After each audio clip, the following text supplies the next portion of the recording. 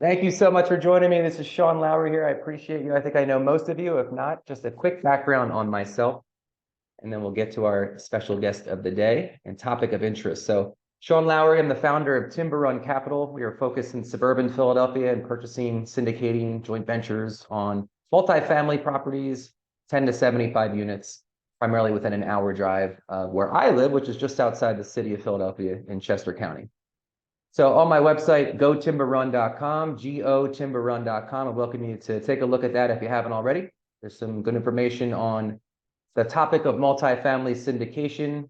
There's a blog and news where I post articles, videos that might be helpful for you if you're just getting started or have some experience, just to get some insight on this topic. And that's one of the main reasons that I wanted to host the webinar today. And furthermore, if I haven't spoken to you about your goals with passive investing or active investing, feel free to contact me or shoot me an email. I would always love to chat with you.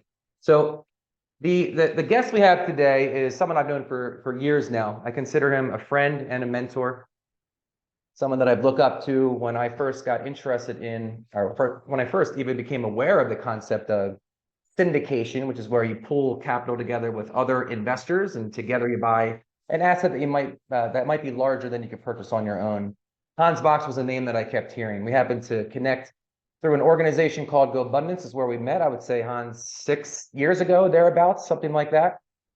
And one of the things that I really admired about Hans is he walks the talk. So he's not only an active syndicator, he has 20 or so private equity funds that he's raised, I think it's north of $80 million and invested in. He also is an active limited partner or passive investor with, I believe, over 70 deals currently that he's invested into as a passive in all different types of asset classes, not just multifamily. But one of the really neat things about Hans was that he, through his own experience, and it's a very vast level of experience, he's learned a lot along the way. And he wants to help us, other passive investors, in educating them on the mistakes he's made, what he's learned, how to best approach an investment offering. And I think a lot of the people that I speak to really don't realize or don't have access to the type of offerings that, say, Hans is invested in right now. But the point is, as you get more involved and start to network and we have conversations, you're going to start seeing opportunities arise. And what we're going to talk about today is how you approach these opportunities with even with no experience, with an experienced eye. What should you be looking out for? What are some red flags? What are questions to ask the sponsor or the person or people that are putting the deal together? And this is all drawing from Hans's experience. So I'll pass the torch to Hans. And Hans, I'd love you to share your screen and feel free to expand further about yourself. I'd love to hear your background, and we'll go into it. Hans, you're muted. That would help. Nice to meet everyone, and thank you for the kind introduction, Sean. Let me share my screen here, and I'll jump right in because I know we basically have an hour. So give me 1 second here. All right. Can everyone see the agenda? Looks good to me. Anybody else? All right, cool. So the purpose, I put this presentation together quite a while ago, and I've tried to update it here and there as needed. Because I have people that ask me a lot of questions about passive investing. And so I've done this presentation at a meetup here and there. And it wasn't put together to be some sort of professional presentation, just to be clear. This is going to be more nuts and bolts, blocking and tackling, tactical stuff. It's not going to be super entertaining. If you came here to be entertained, you might want to just log off. It's going to be more about like what you need to look at in terms of investing as an LP in commercial real estate deals. This one could be really applied to any commercial real estate. It was kind of, I guess when I originally put it together, it was focused around multifamily, but quite honestly, this would apply to any commercial real estate deal that you invest in. So basically, just a quick background on myself. So you guys have a clear understanding of, that I've been doing this a little while. As Sean mentioned, I've got a business partner, and we've done 20 real estate funds. These are all typically single asset entities, although we are raising a more of a fund right now for multifamily. About 83 million in equity placed, and we've done it across multifamily, self-storage, mobile home parks, industrial, distressed debt, and pref equity. I spent some time before this or kind of during this time also as an asset manager. So I spent a lot of time in the multifamily world in terms of underwriting deals and doing asset management. With it, I was third on the totem pole there of those that firm and got GP interest. So that's where I really learned a lot about multifamily.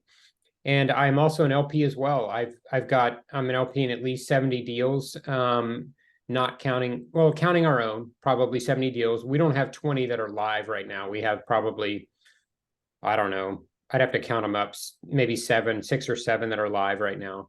And I just see a lot of passive investors that get taken advantage of by these syndicators out there that are really slick with their sales presentations and their webinars and things like that.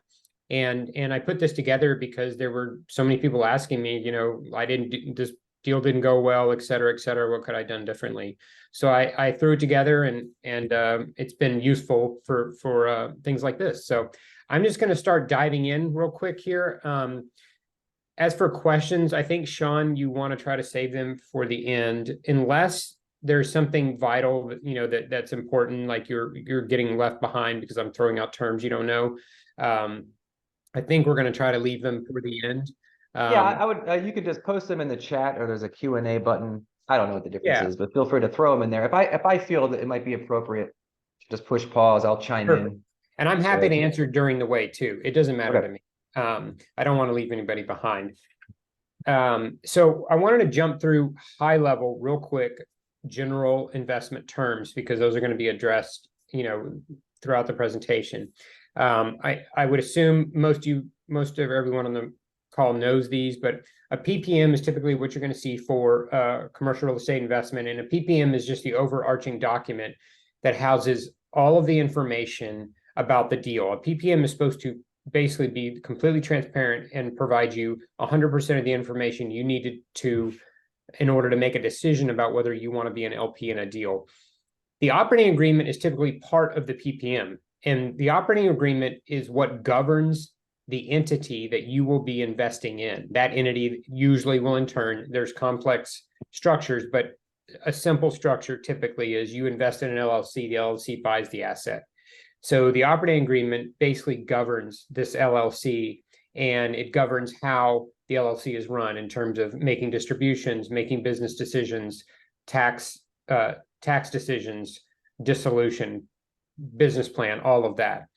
And then to me, one of the most important documents in terms of actually validating and vetting a deal is your business plan, or sometimes called, you'll hear the term offering memorandum. And what that is that's put together by the sponsor in the deal, by the general partner of the deal, where they will outline their business strategy for the deal. In other words, what are they buying? Why are they buying it? What is the value add component of the deal? Why is this a good deal? Here are projections, our financial projections, what are our projections for distributions. It basically is the entire business plan and the strategy for the particular asset, whether that's multifamily or self-storage. And really, that is probably the first document you want to read, because that'll give you a general idea of the deal. Other terms that you're going to see very often within passive real estate investing is capitalization rate.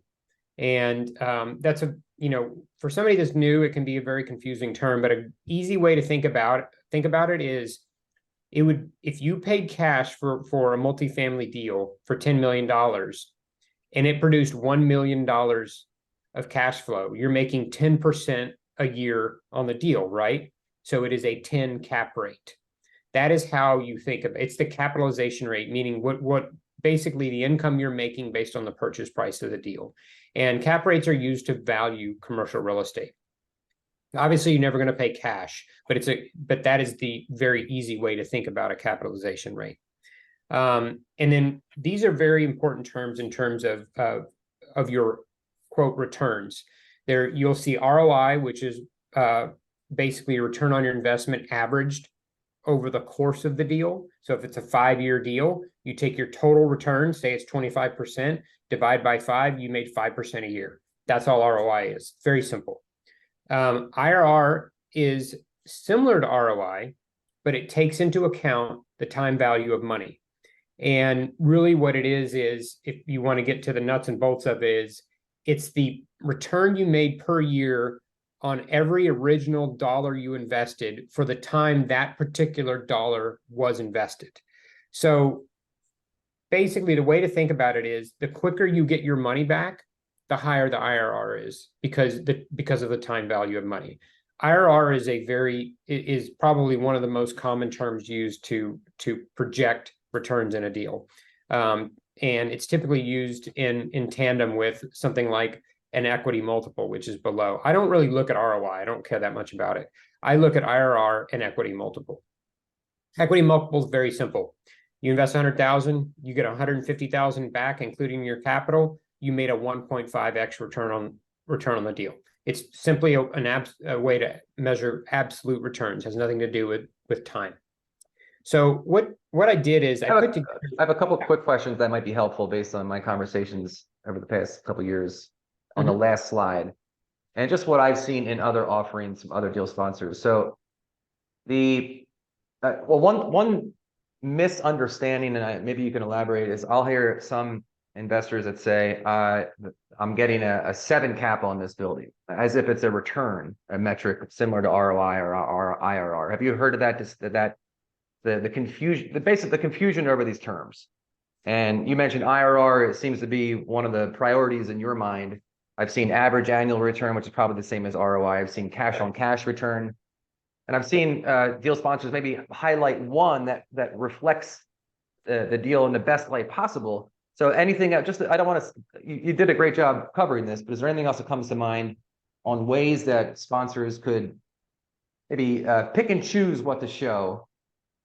Yeah, that's kind of what I was going to show in my example, but okay. Yes, they very easily could do that. So if you have a deal that is like a very short-term deal, 2 years, you could have a very high internal rate of return because your money comes back very quickly, but your absolute return, say your equity multiple, isn't very good.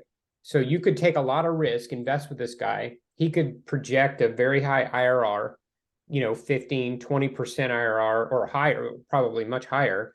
And your actual equity multiple, the amount of pure money you made on your investment could be quite low. Depending on how quickly, you could have a 1.2x multiple, meaning you invest 100,000, you make 20, which isn't really that great over 2 years or a year and a half, but the IRR would be much higher. And you would think that you're investing in a great deal because the IRR, if you don't know the difference about IRR and equity multiple. So what I always want to do is I want to see both. I will look at how long the deal is outstanding. And then I also want to see the absolute return on the deal. And then you got to compare those. I don't want a deal that has, a 40% IRR, but I have my money out for 8 months. That doesn't do me any good. I want to place my money and get a return over time.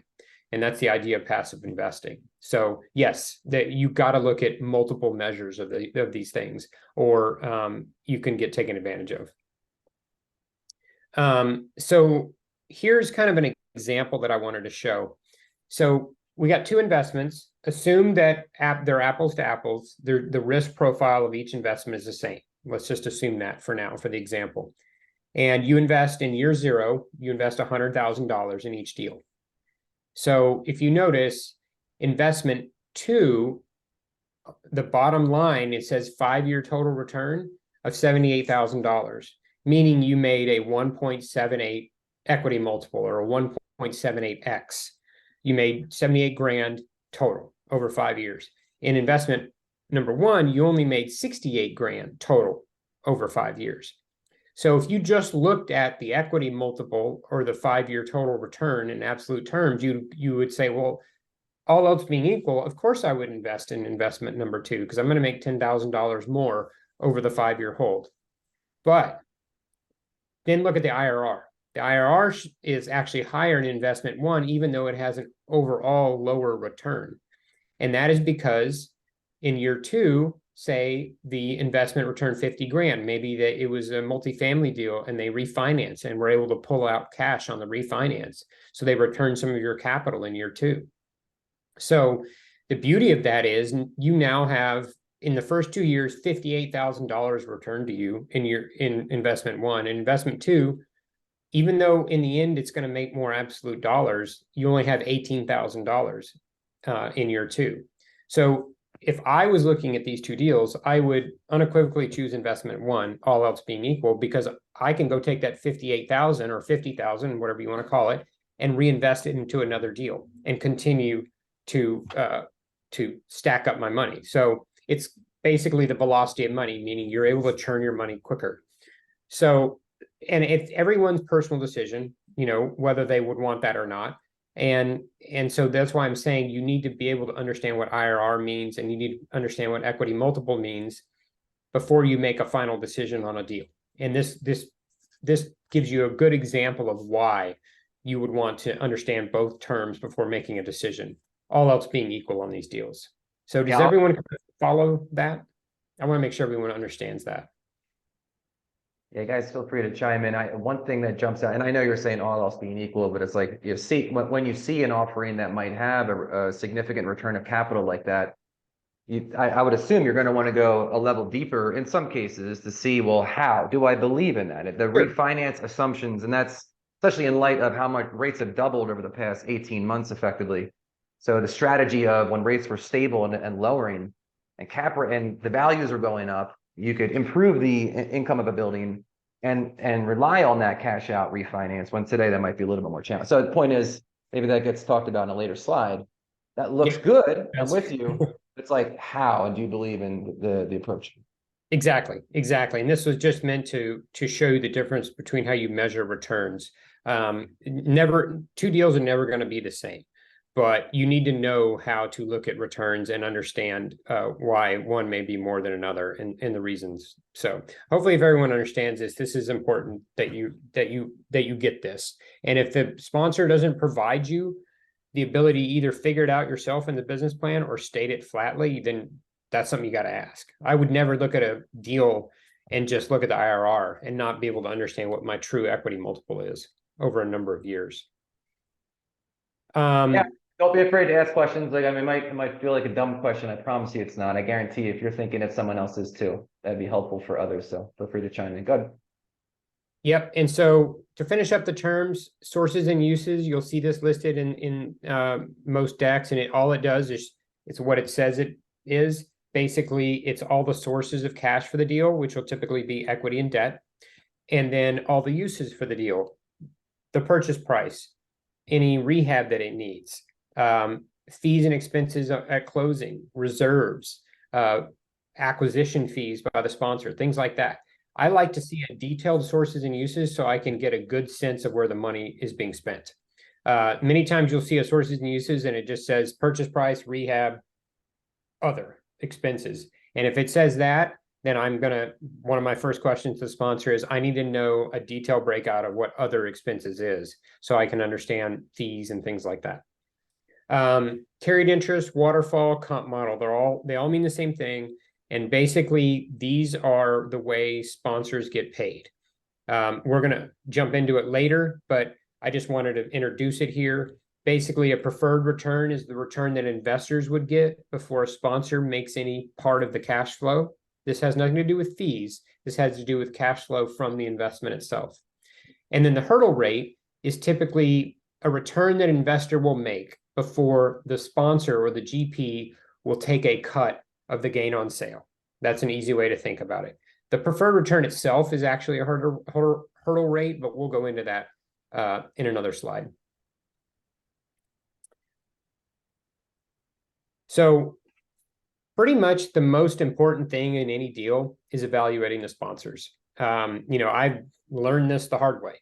My first two deals, and I don't want to tell a long story here, but basically I invested a vast majority of my net worth back in 2009 into an apartment deal. And long story short, I had invested with a guy that I thought really knew the business. I was an LP in the deal and didn't have control, and the deal wasn't going well. And long story, but myself and another limited partner got voted in by all the other partners to take over control of the deal and remove this sponsor. Now, he got to keep all his compensation because that's the way the operating agreement was written. But we at least had the ability, because of the operating agreement, remember I mentioned that earlier, to basically vote out the sponsor and take over the deal because he was not running it correctly. He was running it into the ground, and we were worried we were going to lose our capital. So we were already behind the 8 ball when I took over, along with this other LP, but we were able to turn the deal around, hired a management company that we've been begging him to hire the entire time. And she helped us turn the deal around, and we ended up making like a 24% profit over 3 or 4 years, which isn't a great return per year, but considering we were negative when we started, I was just happy to get my capital back and a little bit of a return. And so ironically enough, now that other LP that I partnered with in that deal is now my business partner. And it kind of shaped both of us because it was basically our first deal. And it's kind of how it shaped our investment philosophy and how we look at deals. So, which is why we were so conservative, because our first real deal together was basically trying to dig out of a hole that somebody else created. But it did teach me a lot, and it was a lot of feet to the fire. And I sat on site on a Class C property taking money orders. I mean, it was literally that in the weeds. So I learned the hard way. I'm not saying you guys should learn that way, but that's just to let you know that's how I learned. And exactly what it says here, a really good sponsor can take just a mediocre deal and turn it into a great deal by operations. And the reverse is very true, and I've seen it happen a lot of times. You've got to pay attention. You're running a big business here. You buy a $10 million apartment deal or $20 million apartment deal, you just bought a $20 million business. And it's not like, it's a simple thing to do. They have to have their eye on the ball. So you need to really get to know the sponsors and basically meet them in person if possible. If that's not possible, Zoom, calls, emails. Never, ever be afraid to ask questions. That's one of my biggest things that I try to stress to passive investors is that a lot of passive investors say, well, I'm only investing 25,000 or 50,000 in this deal, and this is a $10 million raise.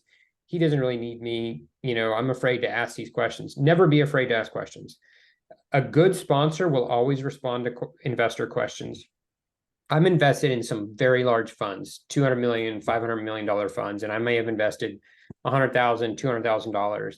And I am in all of the ones I'm in that are like that. I've been able to get on the phone with the sponsor and ask questions about the deals, and they've spent time with me, and they provided all info that I needed to make a decision to invest. So just because you're putting in a small amount, if they won't respond to you when they're taking your money, think about what might happen if the deal goes sideways. Are they going to respond to you then? So basically, if it's a huge red flag to me if I don't get responses to emails and they won't have a call with me, no matter what I'm investing. That is very important, especially when I'm a new investor. Track record, I think that goes for itself. You should have a decent track record and hit projected returns.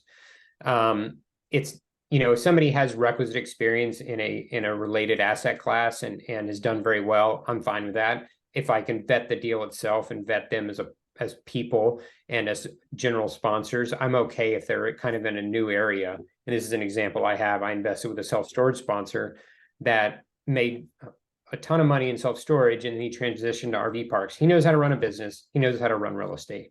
And I got comfortable with that. So, but the big stress here is you've got to get to know the sponsor, and they must be transparent. And I just said a lot of that here. Basically, do they willingly and consistently answer any questions you have? Ask to see reporting examples. I think that's really important. That'll give you an idea of the kind of reports they're going to provide for you so you can continually monitor your investment. Will they share their pro forma?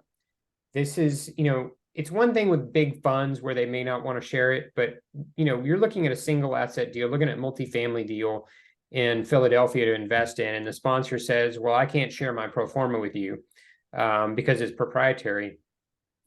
That's basically BS, right? I mean, a Excel spreadsheet is not proprietary, and that's what everyone uses to underwrite their deals and do their projections. So I have no problem sharing our pro forma spreadsheets with our investors, because many times if you're more sophisticated and you understand Excel, you can use that to really understand their assumptions and how they got to the returns that they're projecting. What will we see on a pro forma if anyone's not familiar with that term? Oh, pro forma meaning their spreadsheet that they use to calculate projected returns of the deal. So their P&L and then their related distributions to investors. That's what a pro forma basically is. So the assumptions on revenue, expenses, where it is today, where they plan to take it, and how, basically. That's right. Investors That's got it. right. And then the hugely important thing is skin in the game. I will not invest with a sponsor that doesn't put his or her own money into their own deal. That's very important. There's no need to ever invest with somebody that doesn't put their own money into their deals. So I'll skip on to the next because I know we only have a certain amount of time. I already mentioned sources and uses. This kind of gives you a little bit more detailed summary of it, but I always take a quick look at that and make sure I understand where all the cash is going. One thing I would like to stress is, and a lot of people on this call may be, business owners, or you run a department within a larger company.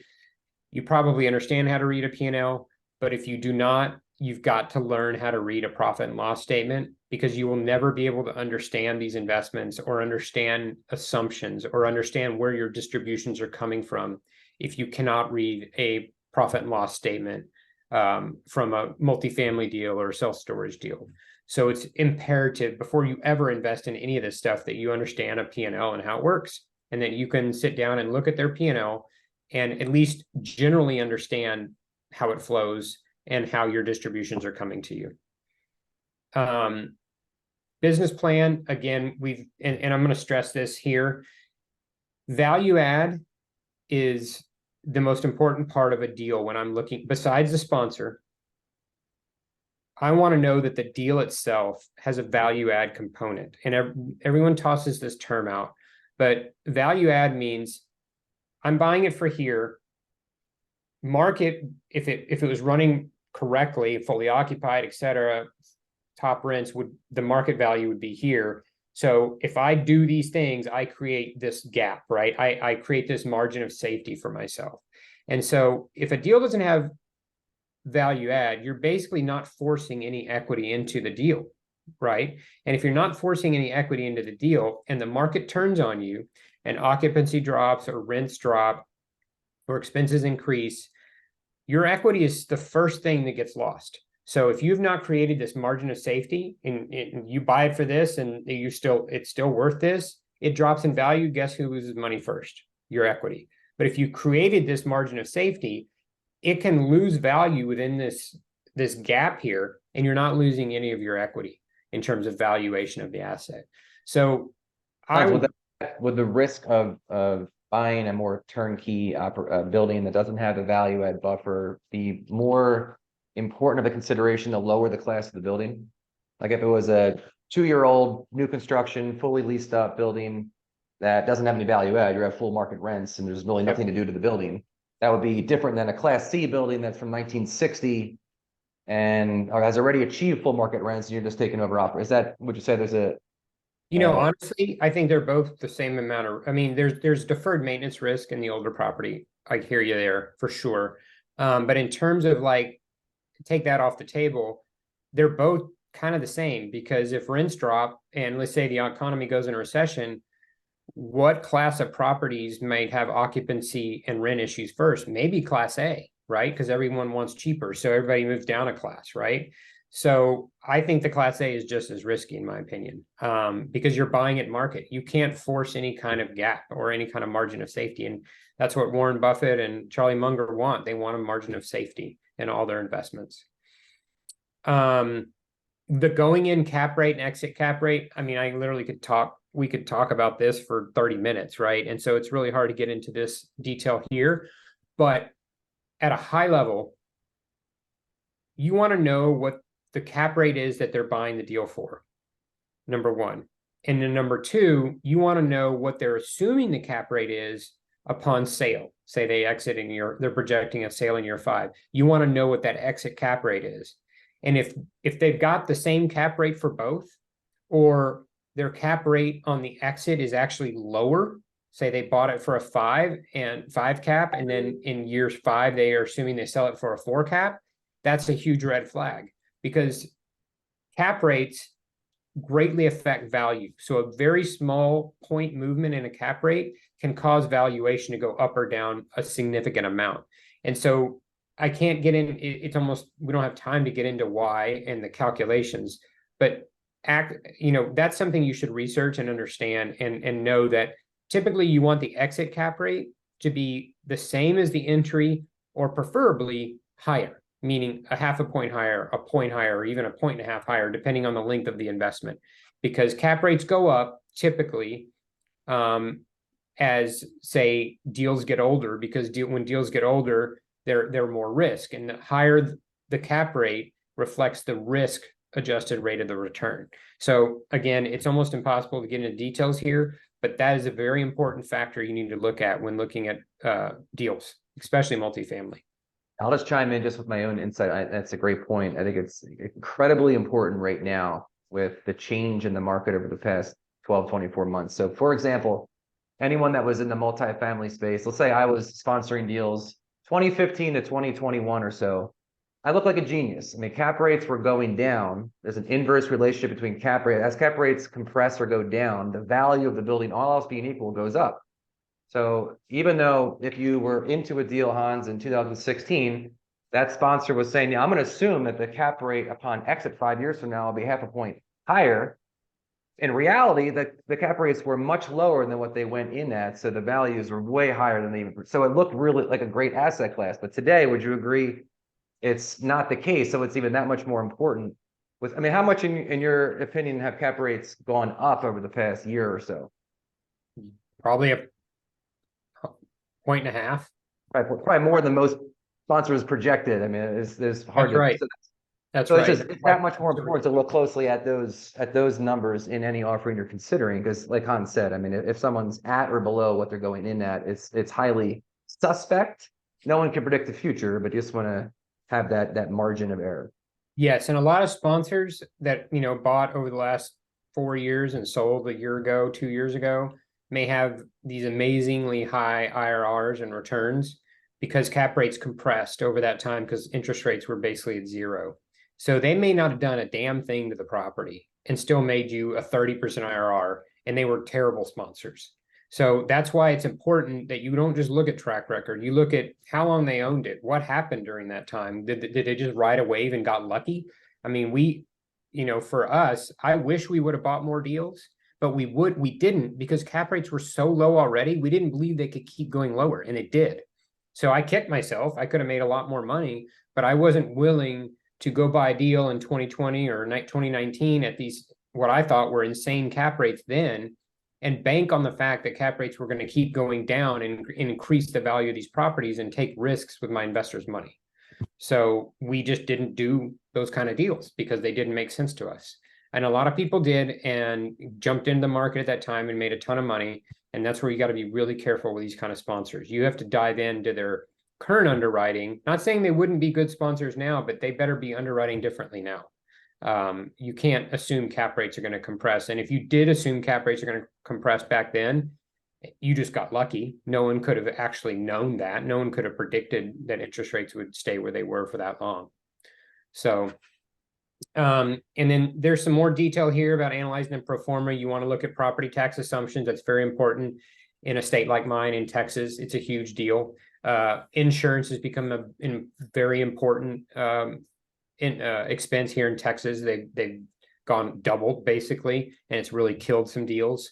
And then there's some other things here that you got to be able to understand and look at. Did they provide you good comps? Did they say we can raise rents by $200 a unit, but then not provide you any real comps to support that? Did they do a market study and actually put together a matrix and showed you the map and showed you why these properties are actually similar to the one you're buying, and why that you can pattern your property after those comps and raise your rents by $200 a unit? There needs to be strong support for whatever they're telling you the value add strategy is, if that makes sense. And it does. And just like, let's say if I see an offering of a 1970 class C or B building using comps from a 2010 built class A minus building, it's clear that simple things like that. I see it all the time, especially with broker offerings. Yep. Yeah. Brokers their offering memorandums are complete bullshit. They're just trying to sell the deal. So you've got to be able to dive into the details and really understand it. Um, so I think I'll skip on to the next slide because there's some more important things here that I want to touch on in the interest of time. And this is kind of what you mentioned, Sean, earlier, a little bit about refinancing and debt. So financing is a very important part of any deal. And remember that debt or the lender is your biggest partner in any deal, because typically they're much more than 50% of the equity or the money going into the deal, right? And so when I look at a deal, I really want to understand their debt or leverage strategy and why they're implementing a certain strategy. And I'll give you a very specific example. Over the last 2 to 3, now 3 to 4 years, a lot of these multifamily syndicators that I just mentioned prior were using bridge debt on deals. And bridge debt is what it sounds like. It's meant to be used as a bridge to permanent debt. In other words, you only have it for a short amount of time because other lenders won't give you the money because the property has some sort of distress on it.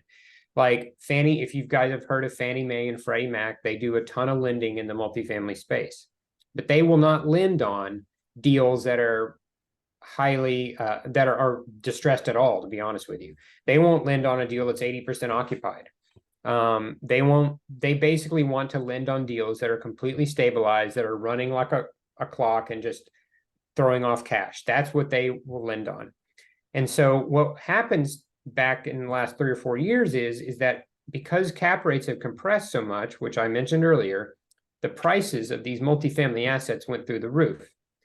And because of that, when Fannie Mae and Freddie Mac looked at a deal that's fully stabilized, it's just running, 95% occupied and doing well, Fannie Mae and Freddie Mac will look at that deal and they'll say, yeah, we'll lend on it, but we're not going to lend you 80% of the purchase price because Fannie Mae and Freddie Mac have a limit. They will lend up to a certain debt service coverage ratio, meaning the income has to be a 1.25 debt service coverage means the income, the net operating income of the property, has to be 25% greater than the total assumed debt payments that the property will support. So meaning that they can't lend a high leverage and create a huge amount of debt payments because that 25% won't exist. So what basically happened is that Fannie Mae and Freddie Mac would lend on all these deals. They're happy to lend, but maybe they'd only lend 55% of the purchase price or 60% of the purchase price because people were paying so much money for a cash flow stream that caused the Fannie Mae and Freddie Mac, the permanent lenders and banks, to lend a lot less on a loan to value basis. Well, when you're looking at a deal like that has fully occupied, max rents, and has no real value add component, and you have to put 40% equity down on a deal because Fannie Mae will only give you 60, you can't make a very good return for your equity. And you can't raise the money to buy the deal. So what do? You go out and you get a floating rate bridge loan at 80 to 85% of purchase price. So your equity is now shrunk a lot. And you now have a floating rate loan in 2.8%. because it's not fixed. So you can even get a lower, at the time, get very low floating rate. And everyone's saying, well, rates are going nowhere. They've been at zero for a long time. So what had happened is a lot of these borrowers would buy these stabilized deals that were fully occupied and put bridge debt on them at 80 to 85% of purchase price, or they'll put 80% of purchase plus rehab on it and say they're going to do this some sort of big value add thing. And then they got caught. Interest rates went up 500 bips. When interest rates go up, cap rates go up. And guess what? Rents slowed down. Expenses like insurance and property taxes have increased. And even if they bought a rate cap, basically you can basically pay insurance, and basically that will guarantee your rate won't go above a certain percentage. Those rate caps also went through the roof when interest rates went up. Long story short, a lot of people bought these nice multifamily deals with bridge debt when they should never use bridge debt. And now this bridge debt is coming due, and or they can't make their debt payments. And that's when I was looking at deals 3 years ago to invest in, and it was a stabilized Class B deal in Dallas, Texas, and they were putting 80 to 85% bridge debt on it. I'm like, there's no way in hell I'd invest in this deal, because why are they putting bridge debt on it? If they can't, they could go get Fannie and Freddie. If the deal made sense and they could truly add the value they think they can add, then Fannie and Freddie should work, because Fannie and Freddie is safe, permanent debt. So it's extremely important you understand their leverage strategy, and you have a general idea of if they're using bridge, that's fine, but there better be a damn good reason they are. There better be a value add component, not just they need to, they basically were doing this to make deals work, and they were forcing deals to work, and now they're getting caught. And my hope is that we're going to be able to buy some of those over the next year, year and a half. That's the goal. So, I mean, we had a deal that we sold for a 3.8 cap in Mesquite, Texas, which is a Class C working class neighborhood in Dallas. And I couldn't believe they paid that much for that deal. It was insane to me. I don't know how in the world they're going to make money on it. But when they gave us that offer, we sold it, because we were like, well, they're obviously using bridge debt. And there's no way we would ever get this price otherwise for this deal. So we sold it to him. And I'm pretty sure he's probably not doing real well with the deal at this point in time. Does anyone have any question on the bridge or the financing, or we can leave that to the end? This is an extremely important point that I want to make sure everyone has a general sense of understanding on. Okay, and then sensitivity analysis.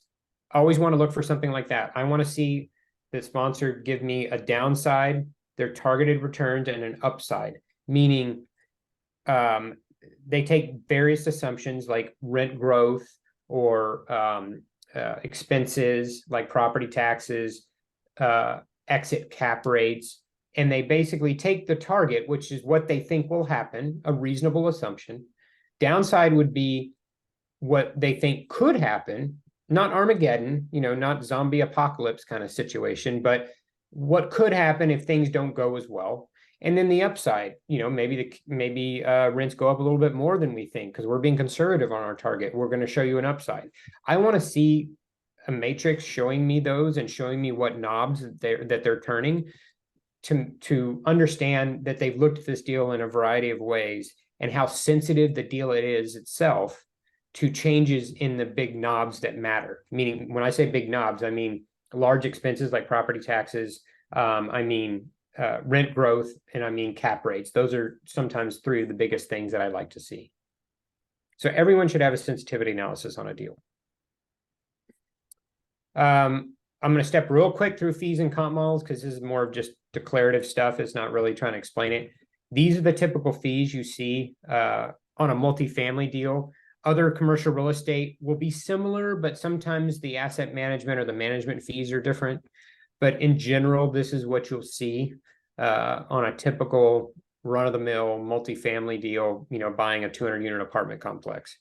I guess the only thing I need to explain here, the only point is that if a guy's buying a $70 million apartment deal, they need to cap their acquisition fee. In other words, if they're making, I saw a guy that bought something like that, and he was making over $1 million acquisition fee day one.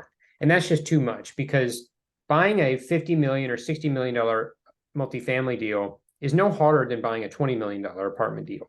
So you shouldn't get paid that much more money for putting together the deal. So in my opinion, if the bigger the deal, you should see the acquisition fees start getting capped. In other words, 2% of a $70 million deal, that's just insane, right? But 2% of a $5 million deal isn't that crazy. So this is more of a little bit of an art and what you're comfortable with, but I don't want to see the sponsor making $1 million day one before I've made a dime on the property as an investor. Okay, I want to spend a little bit of time on this. I know we're running short of time, but there are a million different waterfall structures and compensation models that you're going to see. What I try to do here is show you basically the two most basic ones, and kind of most of them are based on one of these two. So straight splits is exactly what you'd think. Every dollar of profit is split between the investor and the sponsor, 90-10 or 80-20 or 70-30, something like that.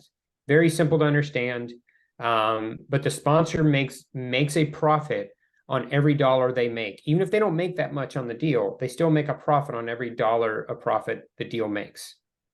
Waterfalls typically will have some sort of preferred return, meaning me as the LP in this example will make an 8% return on my money before the sponsor will make a dime. And then after I make my 8%, every dollar above that 8% is given 70% to me as the LP and 30% to the sponsor or the GP. And then in this example, it basically takes you up to a 12.5% internal rate of return, meaning you basically the deal has to be sold to generate an IRR. And once I make a 12.5%, then they get 50, I get 50.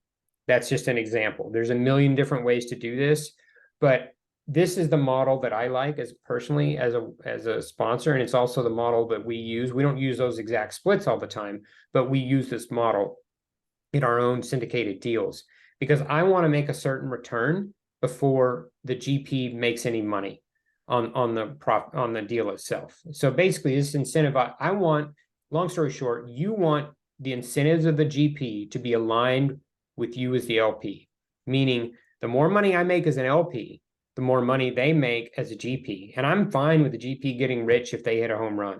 If they make me a 17, 18% IRR on a run-of-the-mill commercial real estate deal, I'm fine with them making a shit ton of money on the back end because they did so well for me, if that makes sense. A lot of people get hung up on, well, they're making 50% over a certain, they're going to make a lot of money. That's okay. They did a lot of work and they took a lot of risk with their name and their own money. And so that is totally fine with me. It's up to you to understand the risk you're taking to get the return they're projecting. And what they make above that, to me, is irrelevant. Company agreements, this I mentioned earlier, but you guys don't, probably don't want to read a company agreement, and I get it, but you need to be able to pick out certain things. You need to understand the distribution language within a company agreement that defines how you get your distributions. You need to understand that if the manager or the sponsor commits some sort of crime like negligence or misrepresents to the lender or does something that's in bad faith, that you can actually remove them as limited partners. That is imperative. You can't typically remove a manager just for being incompetent. There are some deals where you can, but for the most part, you want to at least be able to remove the manager if they're basically committing fraud or negligence. There needs to be a clause in there. And I put an example here just because it was a reminder for me.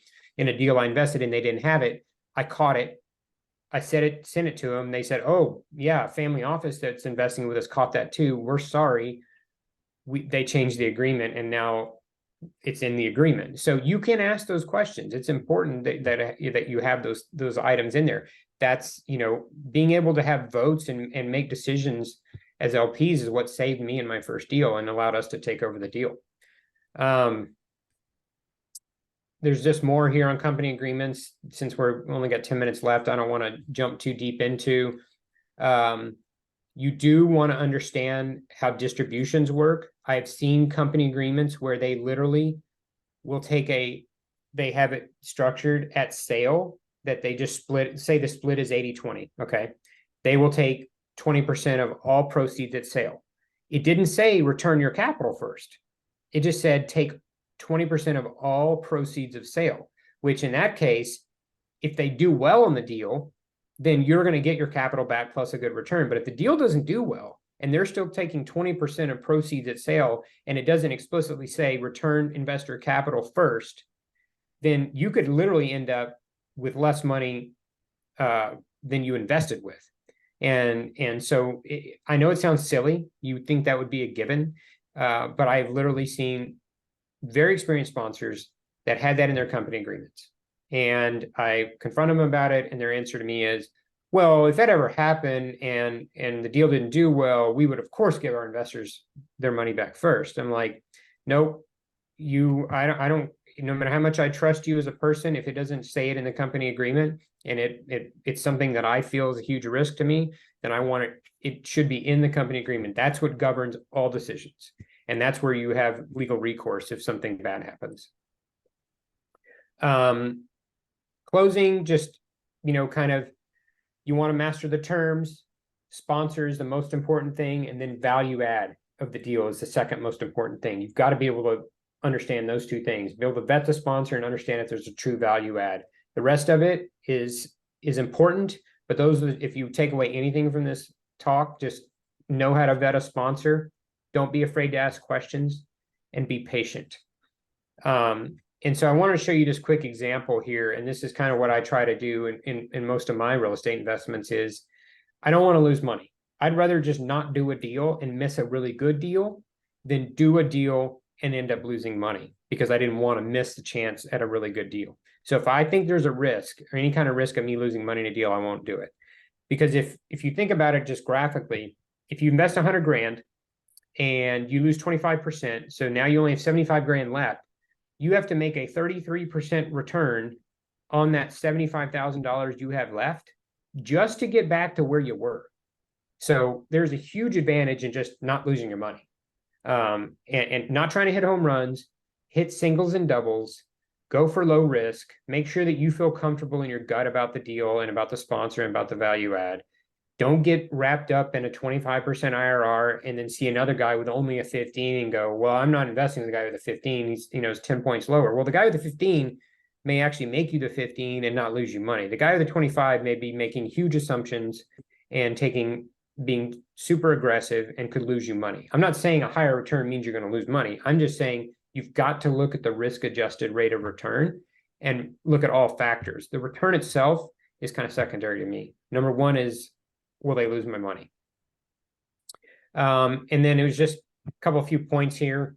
I wanted to kind of call it out to a lot of people. They'll spend months researching a TV or a car, but they'll just throw 100 grand in a deal without looking at a sponsor or looking at the deal closely. And I see it all the time, at least here in Austin. And I just think it should really be treated as your second job if you're trying to create passive income for yourself. So be patient. You'll be amazed where you are in 5 to 10 years. If you're patient, you hit singles and doubles. Don't try to hit home runs in this game. It singles and doubles add up, and that's how you get a lot of runs for you baseball fans out there. And then I just want to leave you guys with a quick quote. I'll let you read it yourself, but I think it kind of sums up what I'm trying to say here is that you need to be disciplined in your LP investing, and don't rush. Don't have FOMO. There are a million deals out there. Just don't let somebody pressure you into investing in a deal because they're about to close the deal. The deal's closing this week. You better jump in. There's not going to be another deal like this. There are always going to be other deals, especially right now. Be super patient. There are going to be deals over the next 2 years. So unless it's a can't miss, you love the sponsor, you love the deal, you know you're not going to lose money, it's a solid base hit, then hold on because there's going to be opportunities. Be patient.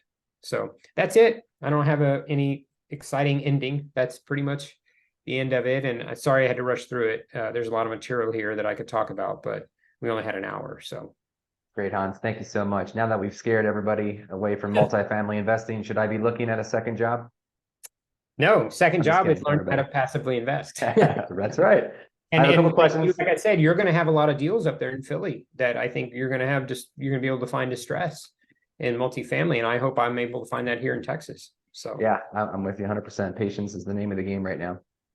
As you know, it's like when you're patient, it's been a year for a lot of sponsors that are doing it right. And eventually you're going to see something jump off the page if you're looking at these day in and day out. All right, question for you. If someone's new, predominantly outside of the industry, they're a completely different industry altogether, like you mentioned. How do you find opportunities outside of being part of groups or previous investments? Well, I mean, there are so many. What I would do, I think if I was just starting brand new, is I'd join like a lot of these like CrowdStreet kind of groups. And then you can literally join those and read PPMs and read business plans and familiarize yourself with them. And many times they may have very good sponsors on there. And you can get on those sponsors list directly right there. Because the names of the sponsors will be there and you could go to their websites and sign up. So, I mean, quite honestly, I would Google. I mean, you can find companies. You could find our company if you although we need to improve our web page and our search, but you can find companies all day long on Google that are looking for passive investors to buy real estate. And so it's quite simple. And once you get on a few and you go to these meetups and you get on some lists, it's amazing how many I get just by I don't even know how they got my number or my information. So this is where you be patient and you spend the time learning and getting on list and looking at offerings that different sponsors will send you. It will build up over time. It'll snowball. To recommended resource to continue furthering education as a passive. Well, besides what I just said, where it is read as many business plans and PPMs as you can, look at deals, ask questions.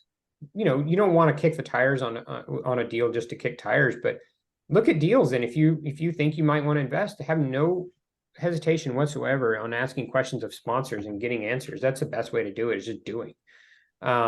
Meetups, I'm sure there are meetups in all your local cities. So there are a lot of meetups out there that's focused on real estate investing now. So you can definitely learn a lot there. I think there's some books out there.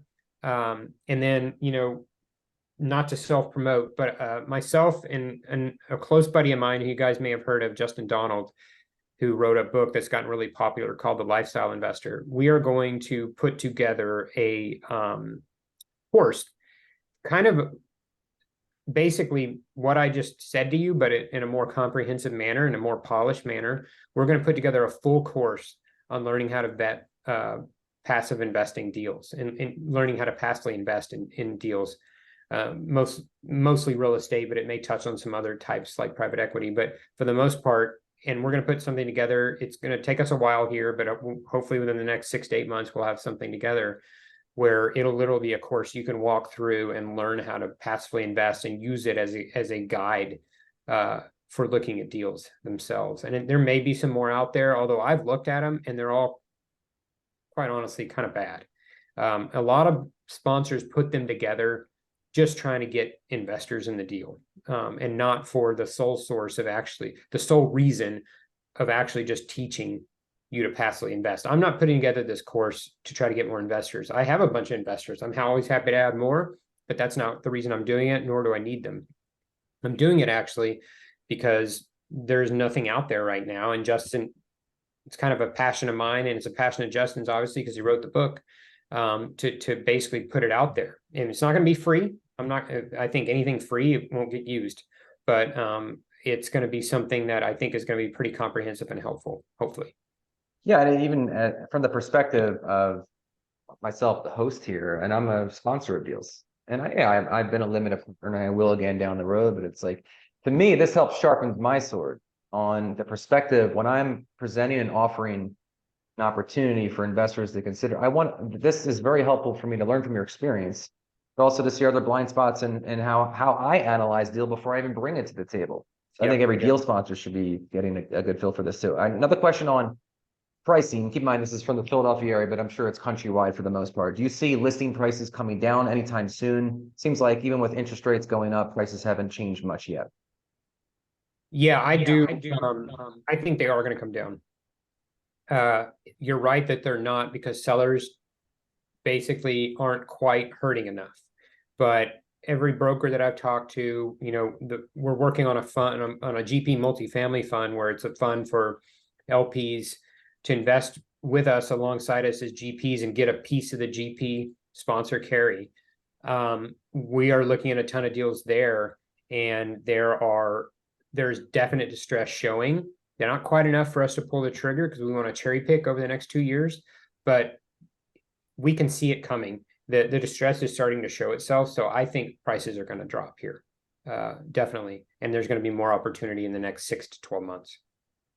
Yeah, and I'll highlight for the suburban Philadelphia market, I have already seen prices inch their way down, but it seems like the velocity of myself as a buyer, where I need to be and where the sellers catching up to reality, will take some time. And I understand that. I considered selling a small building of our own and received 3 offers from all off-market buyers, and I was surprised that it's almost like I had to put myself in the shoes of the prospective buyer for my own building. And then I'm like, oh, now I see why they came in with those numbers. It's interesting.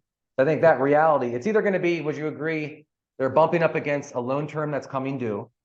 So that's going to create distress where they have to make a decision. They're forced into it. Refinancing might not be attractive if the equity is not there. And but for people that have some runway left on their loan term, I guess they can just kind of wait it out for now.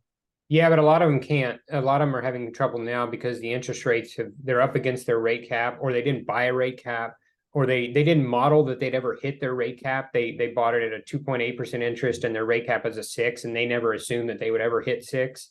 And then you add on property taxes and insurance that have increased greatly, at least in my neck of the woods. And then you rate cap escrows. The banks that make you buy rate caps make you escrow for the next one, and they've increased those because of the volatility of the interest rates. And so all those together is just killing some deals right now. And so the debt maturity may be a year off, but some of those guys can't barely stay alive now. And so I think that's why the stress is starting to show for sure. Hans, thanks so much. What's the best way for anybody to get a hold of you or learn more about your company? Put it on the screen. So if any of you guys are interested in chatting with me, or send me an email, happy to add you to our investor list if you're an accredited investor. We only do accredited investors right now, and I would love to chat with you. So I appreciate the time everyone gave for me to give you a really boring presentation, but hopefully it added some value at least. That's great, Hans. Thank you for your time and preparing this. I really appreciate it. Hope you guys got value out of this. Just for future reference, for the next event will be webinar again in November. I'll keep you posted on that. And then an in-person event between Thanksgiving and Christmas, I'm really looking forward to in December. So hopefully we'll be able to see each other then. Thanks again, Hans. Thank you all for joining. Have a great day. Thank you both. Thank you.